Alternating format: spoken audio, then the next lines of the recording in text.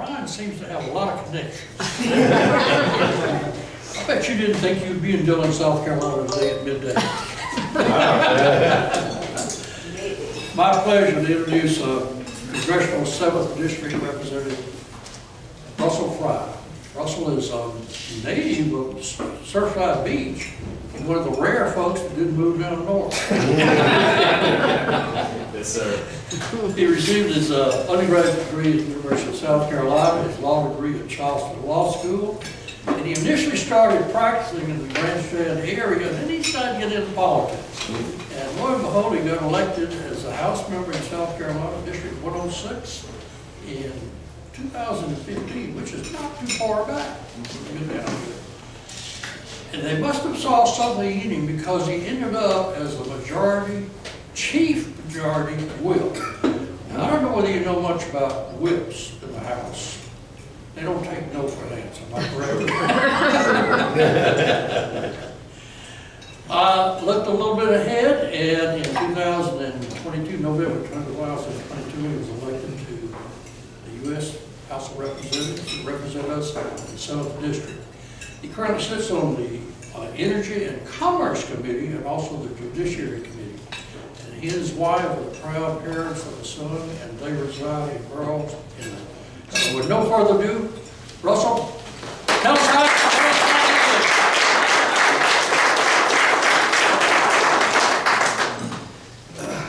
it is good to be here. It's good to be home. We are in hour 12 of a government shutdown. But despite that, we're still moving. We're still on the road. Jerry and I went earlier to an economic development expansion here in Dillon County, which is a great opportunity. We're here with y'all today. We're going to Georgetown later, so we're beating the streets while we're home. What I'll probably do is give you an update on things that are happening in DC, maybe some top line stuff, and then I'll open it up for Q&A. And the weird thing, guys, just truly, is when I say we're going to move into Q&A, there's this weird, awkward silence for a minute. Where somebody's like, who's going to ask the first question? We're not leaving until we answer some questions, so we're happy to do that. But it's been a busy year. It's actually really good to be home. And I used to say when I came home that it's good to be home because you can recalibrate your sanity. But there's been a little bit of sanity in Washington, at least from my vantage point. The first several months of the Congress, at least in the House, were spent on the one big beautiful bill. Okay. Not two bills, man, but just one bill. We did that. I'm going to take some components of that out and just talk about those for a second. Any one of these provisions of that bill would have been a big win by themselves, okay? When you're talking about regulatory reform to make oil and gas more plentiful in the country, that's a big lift in Congress. We got that done. When you're talking about expansion, and here's what we were facing too, by the way.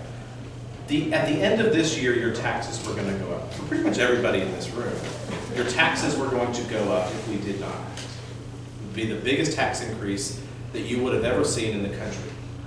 And so, not only in this inflationary period that we've had in the last 4 years, you put a tax increase on top of that, and that would have crippled industry, that would have crippled opportunity, that would have crippled jobs. The CBO, if you look at the numbers, it would have been an absolute disaster if we had allowed that to happen. What the tax provisions, I think, are so critical for a few reasons. One, it takes your standard deduction, which you all have, and it takes that and it adds to it, right? So that you keep more money in your pocket. It takes the child tax credit, extends it and expands it, so that if you have kids and you're a working family, that you could take part of that. That just helps in a lot of ways. That if you're a business, like our fund that just expanded here, or another one that wants to come from China or relocate or build a facility to employ people and give them an opportunity, you get 100% deduction, 100% expensing off of your taxes. That's huge. If we're talking about bringing back the manufacturing base, base so that we're competitive with places like China, that we shore up our supply chains domestically on industries that we don't do a lot of, right? We don't do our own critical minerals. We don't do our own pharmaceuticals. That's a national security issue all rolled into one, in other ways too. But the provisions of that bill are life-changing and will be life-changing. And you've seen the response from industry. There's a lot of optimism on that front. If you take the school choice opportunities that are in the bill, it's the biggest federal response on school choice that we've had ever. Usually that's done at the state level, but this is huge because you see it in Dillon, you see it in other places. Where you live should not determine the caliber of education that you receive, in my mind. That parents should be empowered to have choices in front of them, should send their kids, whatever their means are, right? Typically, the private schools have been for wealthy families that had the means to send their kids to a private school. What South Carolina has done at the state level, plus what the feds have done, I think expands that, so that you get working families involved in that. That you get families below the poverty line. That's huge. So in many respects, this was a big transformative piece of legislation, and it wasn't easy to move. There were a lot of pitfalls. I mean, it passed by one vote one time in the House. I mean, every vote literally counted. If you look at some of the reforms that were in there from a government spending side, that's massive. That's huge because if you look at the drivers of our national debt, there's two buckets in federal, I don't know why we do it this way, but we do. There's two buckets. There's discretionary spending and there's mandatory spending. Mandatory spending used to take up a third of the federal budget. A third, now it takes up 2/3. It's growing astronomically fast. And so if you don't have common sense things like, I don't know, work requirements, those are important. If you want to prop up states that abuse the system, and South Carolina does not, thankfully, we're very fortunate here, but there are states that really try to draw down as much federal resources as possible, which is a huge drain on our national debt. And so it's the biggest step in a lot of ways on reforming the way government runs, being a little bit smarter about the decisions. And now that that is done, the President signed the bill on July 4th. We're kind of in our next phase, right? Where Washington is at right now is we're in a government funding dispute. A continuing resolution that was good 3 months ago on a bipartisan basis is no longer palatable by the other side. And I can't necessarily figure out why, and I won't get into all the reasons unless you want to know about them, but this is a temporary stopgap. It's 2 months. What Congress is trying to do, I think, which is healthy for the taxpayers, period, is Congress is trying to get back to what they call regular order. Regular order means that you actually pass a spending bill, that you actually look at that you actually go through each department, and then you send it to the Senate and presumably to the House. We haven't done that in forever. It's a smarter way to budget that way, if you can do the appropriations work properly. It's better accountability if you can do the appropriations work properly. The House has passed 4 appropriations bills out of 12, 4. The military, veterans, and a couple others. There's still 8 more, kind of in that range. The Senate's working on their end. This is a temporary stopgap so that we can finish that work. So we'll see what happens with the Senate. They voted last night to not fund the government. 60 votes are needed in the Senate. Republicans have 53. They got 52 out of the 53 to support it. 1, Rand Paul, did not. And they picked up 3 Democrats too. John Fetterman, I think Mastro from Nevada, and somebody else. And so they're hopefully getting there. But it's just the responsible way to do things.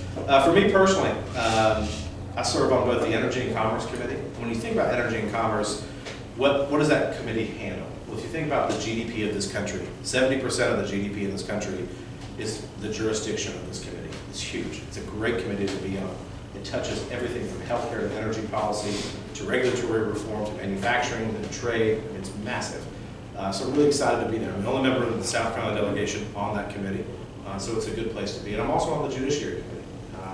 And I think there's a lot of important discussions that need to be had there. We have 2 bills that just passed out of the Judiciary Committee. One is the Trafficking Survivors Relief Act. That if you're a victim of human trafficking, sometimes you're picked up by law enforcement, say for prostitution or identity theft, low-level crimes, and you're prosecuted for that, and you're not telling your story, right? That you're actually a victim, you can prove you're a victim, and you're put in jail as a victim of human trafficking. And this bill, 47 states have this law, but the federal government does not. This bill essentially says that if you're a victim of human trafficking and you can show that you're a victim of human trafficking in a court, that your charges would be dropped, your record would be expunged, and you would be free to go. And victims' rights organizations love this because it's a very pro-victim piece of legislation. But law enforcement entities also like this too. And they love it because it allows victims to tell their story so that then they can go after the real perpetrators of human trafficking. And so passed out of the Judiciary Committee last week. Hopefully it'll be on the floor when we come back Monday, but we'll see. The other one is the Kayla Hamilton Act. This is an immigration-ish bill. I wish that we had some common sense sometimes in the way that we handle people that come into our country.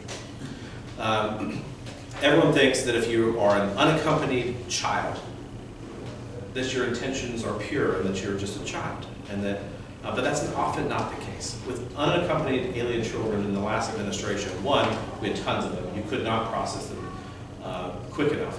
But two, we never actually checked to see the backgrounds of these individuals that were coming. And in the case of Kayla Hamilton, she was a vibrant young lady in Maryland who was killed by her cell phone charging cable by an unaccompanied alien child. He had MS-13 tattoos on his body. And it took a local cop, not the federal police, it took a local cop to call his country of origin. And they said, oh yeah, he's been in and out of gangs down here his whole life. 17 years old, in the country, roaming the streets, and she lost her life because of that. That's just one bill, a small fix, but it hopefully would prevent future Kayla Hamiltons from happening in our backyard. It's a big issue. And so I think moving forward, we've got the government funding stuff that's on the horizon. I think you've got some other components within the border on making sure that we're, one, appropriating the necessary funds for immigration judges, for ICE enforcement. That's huge. It's critical. We're going to look at permitting reform. And when I say permitting reform, most people's eyes glaze over. But here's why that's so important. That if you want to build a power generating facility, a manufacturing facility, if you want to build a road in this country, if you want to mine for critical minerals, which we desperately need, you can't do that very easily. It takes 10 years, maybe on a good day, to get all your permits in line, for the federal government to do its job, and then to survive legal challenge. We are in a race with China, and that is a big national security concern. We are in a race with China. And the way that we do things is so cumbersome that nobody wants to do things in this country anymore that we actually have the capacity to do. So if you reform the permitting process, if you submit a permit, you would hope that a federal government employee would review that permit. Instead, you're seeing wait times that are years before you even hear anything. That's unacceptable. It's totally unacceptable. If we're going to grow this country, if we're going to grow the middle class, if we're going to put food on the tables and help put food on the tables for working families, if we're going to be a leader in the world in the 21st century, we have to fix that. So I think there's a lot of challenges that we face, but those are at least some things on the chopping block. I'll say this locally. I got two guys here.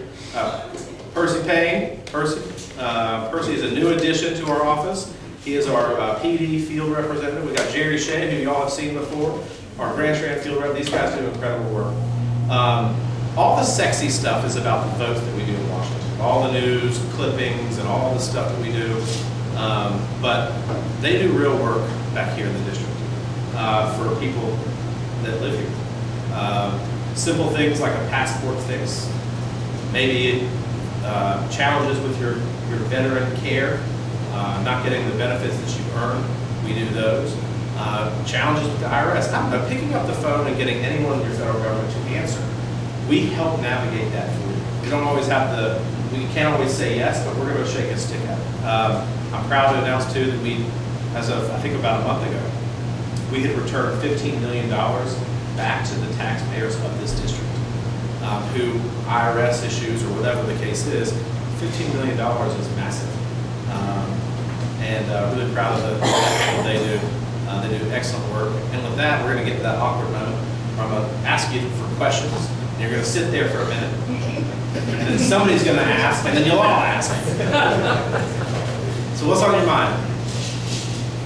It's open mic night. I'm not going to sing for you, but absent that, happy to do it. Will some of the federal workers actually be let go by Trump when the government does go back to work?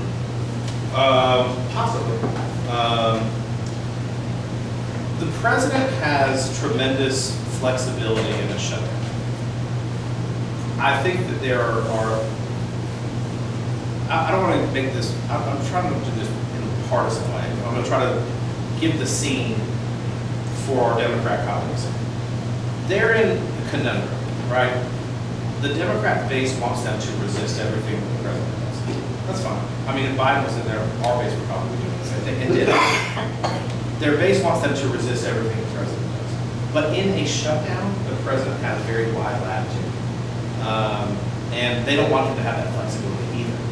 So they're kind of in a weird, like, what do we do moment. We'll see what happens. But for sure, in a shutdown, post office doesn't really work. Your national parks eventually on October 6th will shut down. They got enough funding through October 6th. Veterans won't get the care that they need. You're not getting your passports. Things that the government does for citizens around this country routinely will not be getting done in a shutdown. Eventually that will pile up and people will get enough phone calls into their offices of people who are mad that their Italian vacation is canceled because of a shutdown. They're not receiving the health care that they've earned because they're a veteran. Eventually people will get enough calls that have to do something. But that's kind of at least the political dynamics in Washington right now. I'm hopeful maybe this week, but we'll see. Right out the gate too, man, this is great. All right, second question, who's up? Come on. And we've already asked our question. You already started.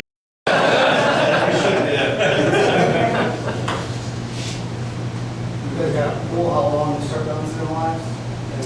So, you said that's technically illegal in South Carolina, you gotta watch out. Two sheriff deputies here. By the way, these sheriff deputies are awesome. Y'all have a really good sheriff's office in Dillon County.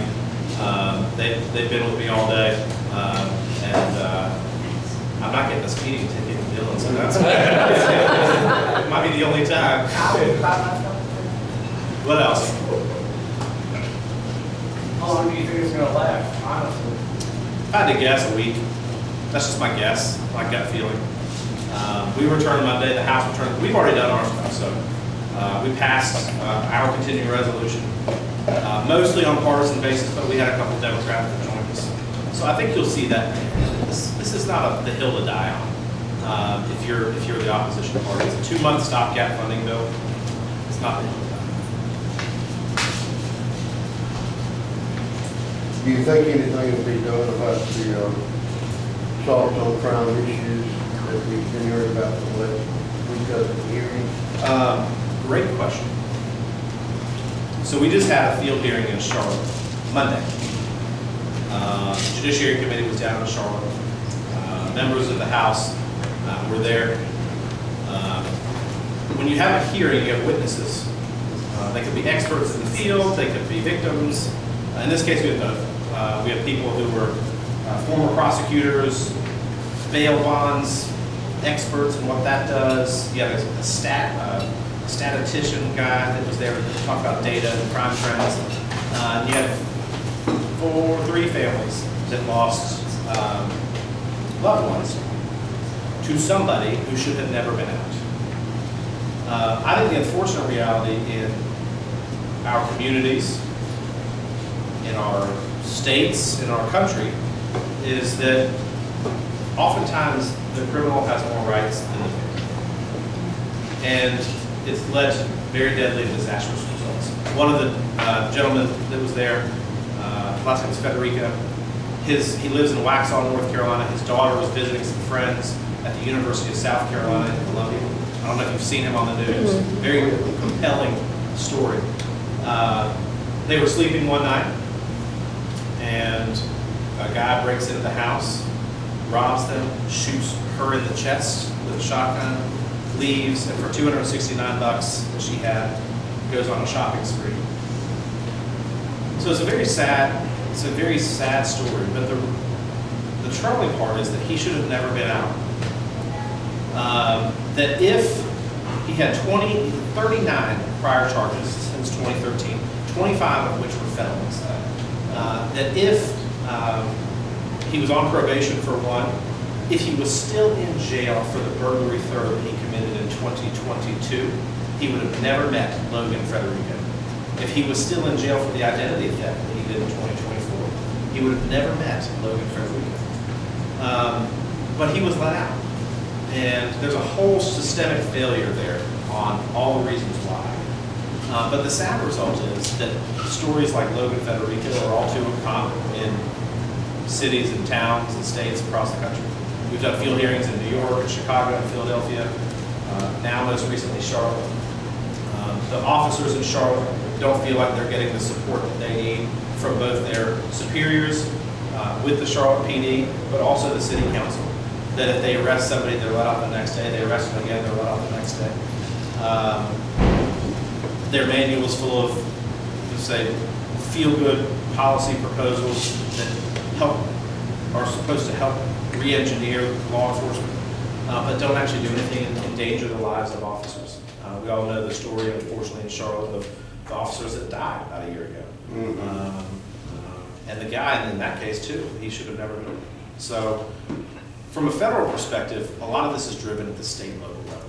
The purpose in Charlotte is to figure out, is there a federal response or can there be? And I think there can be a little bit.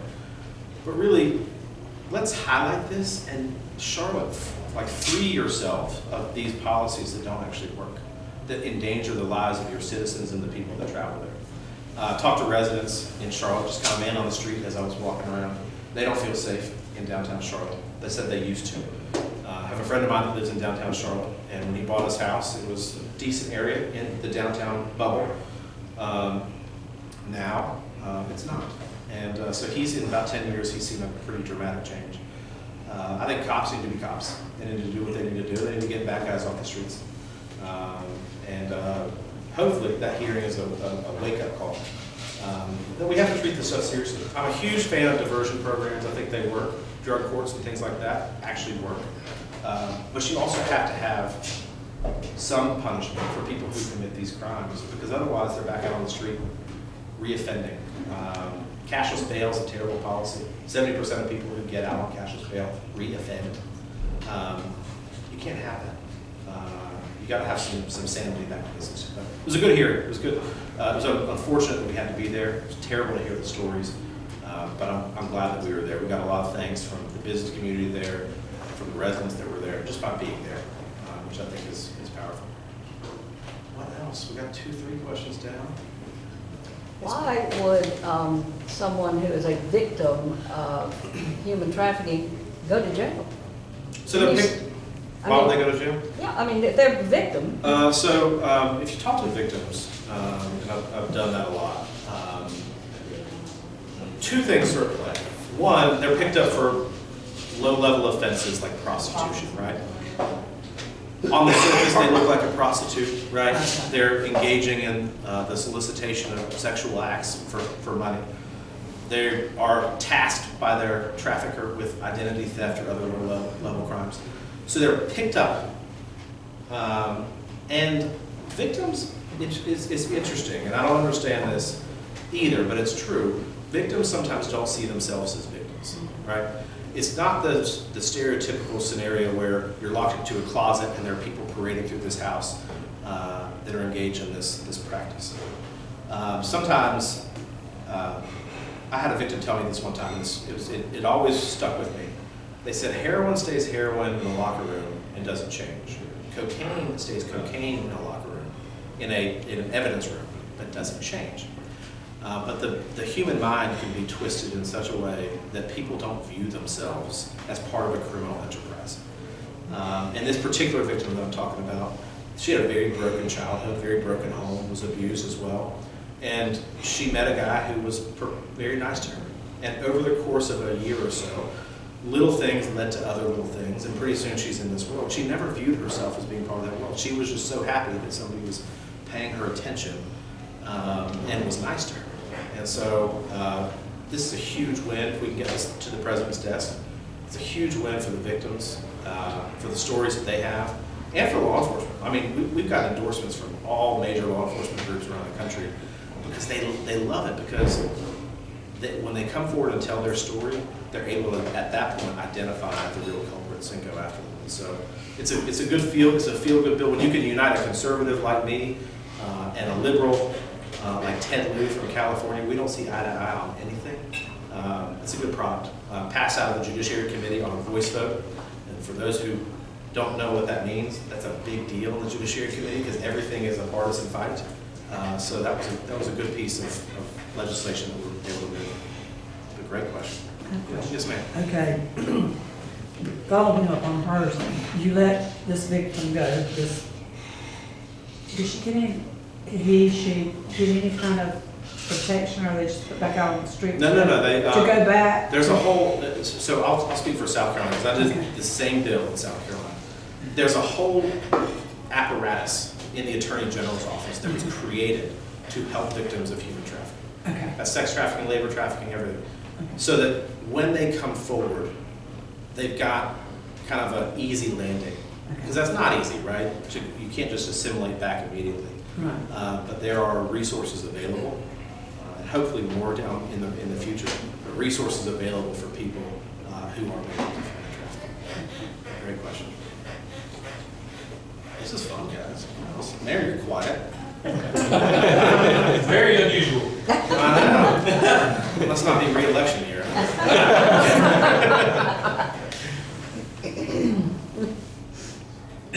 Trying to think what else. No. Anything else? I got a question, like, when, the big topic with the president is the tariffs. And that's supposedly generating us more money. Yep. So what is the more money gonna do besides pay for the debt? When's the average citizen like myself gonna see some benefit from that instead of paying higher prices? Two things on that. One, so when Trump was in term one, he did the tariffs on China. And everybody said, oh my gosh, everyone's prices are going to go up, and this is going to be a disaster for the people in this country that are buying things from China. If you look on average on the tariffs on China, which Biden kept in place, by the way, which was surprising because he had criticized them, but he kept them in place. You saw 1% out of all those tariffs. So they will absorb a lot. There's some discussion now on what happens with the tariff revenue. Trump has proposed maybe a rebate to the citizens of the country. There's a lot of schools of thought out there. But I want you to think about this for a second. It's pretty interesting. I think it was in June, might have been June of this year. In April of every year, the Treasury is in the black. Why is the Treasury in the black in April? Taxes! Everyone pays their taxes. So the Treasury is in the black for April, usually. In June of this year, it was also in the black. Do you know why? Election. Tariff revenue. There are schools of thought on paying down the national debt. We've got to do that. The purpose is, I think the president approaches tariffs, and I'm not speaking for him, I'm just trying to give you a glimpse of what I think he's thinking about. The president views tariffs in a couple of different ways. One, it's a political tool that can be used to drive a certain outcome or behavior by another country. If they're not treating our farmers fairly, tariffs can be a good response to that. If they're engaged in a war in Ukraine, tariffs can be involved in that. So it can drive a political discussion to kind of force behavior. The other thing too is, How is that, I'm sorry to interrupt, you talk about farmers, so that, that's a big part of our area. What is the tariffs going to do to our farmers, where I've seen where a lot of like China, they're not going to take our soybeans and things like that. How is that going to affect, our folks around here? well, we're fine for them. We sent letters to the Treasury on that, on the farmers here on the soybeans. But I want you to think about this too. I'll give rice as an example. Use rice. If we purchased rice from India a year ago, there was a 2 or 3 or 4% tariff on Indian rice coming to America. If we wanted to export rice to India, like you take our rice, we take yours, 700% tariff by India on our rice. like, farmers could not compete on a global market because you had these protected areas. Beef, Australia would not take our beef. Now, we would take Australian beef. We would take Australian goods, but they wouldn't take our beef. So sometimes countries put up these very protectionist barriers to prop up industries. France would do this with wine, right? That makes sense, right? They would do it with wine. But beef, I mean, you take rice, some of the Asian countries, for no other reason than it wasn't originated in Japan or China or South Korea, they would not take our rice, even though this rice is grown in Southern California and it's Asian rice. It's the same rice. They would do these protectionist tariffs. So I think the president's trying to reset some of the discussion around this. There's a temporary issue with the soybeans. I think that will get worked out. But the net result is that our cars are not going to foreign markets, but we take foreign cars, right? Our beef is not going to foreign markets, but we take foreign beef. And resetting that discussion, I think, is important. And it's yielded, I think, some very favorable agreements with different countries. He's going through kind of one at a time. But the discussion, I think, is important to have. Because you've seen Dillon County dry up because of NAFTA and some of the textiles that have left over the years. And so reshoring some of that, making America competitive again, that's part of that tariff discussion. We've got some kinks to work out. I think we will be fine in the end. But you know, they have their leverage points and we have ours. The great thing, and why I think we're in the driver's seat on tariff discussions, is that everybody wants to do business with America. We're a huge consumer market. We consume a lot of goods and materials and gas and energy and all this stuff. People want to do business here. I'm sure there are other places they could go, but this is a great place to import your goods because there's markets for that. Having that honest discussion with our European allies and partners in Asia and Australia and really around the world, I think is a healthy thing for the American worker and the American economy in the end. Man, quiet now. All right. Well, thank y'all for letting me be here. It's an honor to serve this area. It's good to be home for a little bit. It's an exciting time, I think, for Dillon County. We had that economic development expansion earlier today. We lose a piece of ourselves if we lose our rural communities. We lose a piece of Americana if we lose our rural communities. The city centers, they usually are fine. They've got tons of money. But you all survive and do a lot with a little. And having announcements like that today are transformative, can be transformative. You all want your kids and your grandkids to stay right here at home and not go to Atlanta and Charlotte and New York and Sacramento and all these other places. You want them to be right here. And there's no reason why a place like this couldn't be competitive like that. So it's good to be home, see good news like that. Thanks for letting me be with you. And we're always just a phone call away if we can be with you. Thank you. Thank you.